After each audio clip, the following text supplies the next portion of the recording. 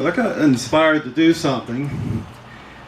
Looking at this in a different light, I've been reading biographies of previous presidents, and mainly to see how were they different, how were they successful. Well, first of all, I've read a couple of biographies about Theodore Roosevelt. He's very important as far as the environmental movement in the national parks, and also breaking up trusts or large corporations. And the latest book I'm reading is about Lincoln and how he formed his cabinet from his rivals in his party, and how he was successful in doing that. So I'm still reading that now. So I decided to make this little chart here. Of course, you can't read it. But the idea was to look for qualities you would want in a president, or any political leader for that matter. And these are not, these could apply mostly to conservatives as well as liberals, because these are more character things. And the first quality, of course, is honesty. And so I rated it, the 5 categories here, and you can see there's 5 columns.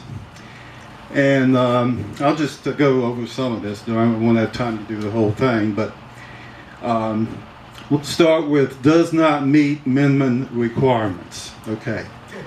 All right. Under that is claims there are alternative facts.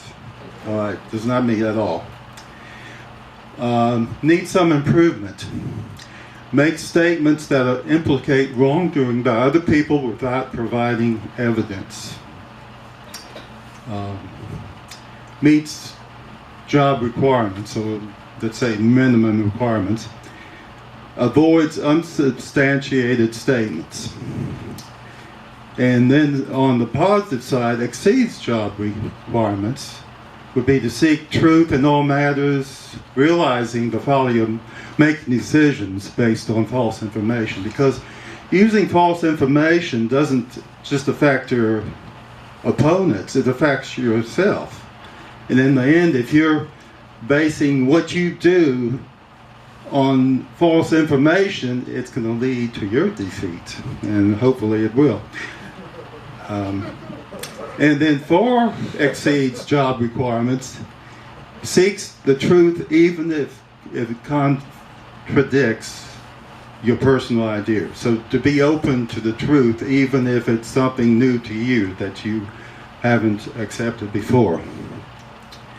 Now I'm going to jump down to the end of this because I'm not going to get through it all, but I wanted to say something about the media, because that keeps coming up so often. And the media, well, of course, if you don't meet job requirements, I mean, you, at the very lowest end, you label the media that publish anything critical as enemies of the people, of the country.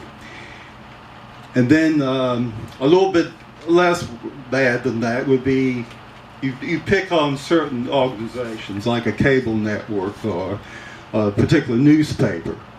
So that would be that's still not acceptable.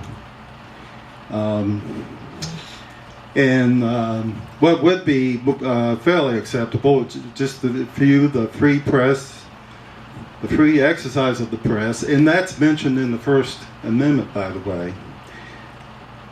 Including all news media is essential to a free society, because if we don't have sources of information besides what the government wants to give to us, then how we can decide for ourselves what's right and what's wrong. But better than that would be a leader that encourages questions from all members of the media and doesn't put people down if they ask tough questions.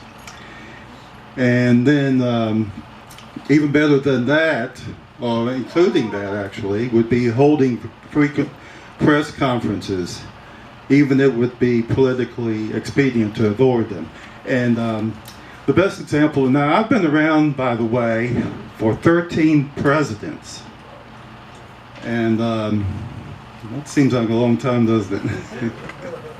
Yes, I have. So it just turned out the 13th president was an unlucky one of the bunch. But I think Kennedy was the prime example of holding press conferences. And he knew how to take something that the guy now would think was an insult and turn it into a joke. And if you ever watch any of John F. Kennedy's press conferences, you can see that you don't have to be a grouch to be president. But I'm going to keep working on this. I have about 7 categories. I may add some more. And I think we should look at the good qualities next time. You know, it's 2 years, less than 2 years now. So it won't be long they'll be doing the primary. So think about it. Have a good evening. Thank you.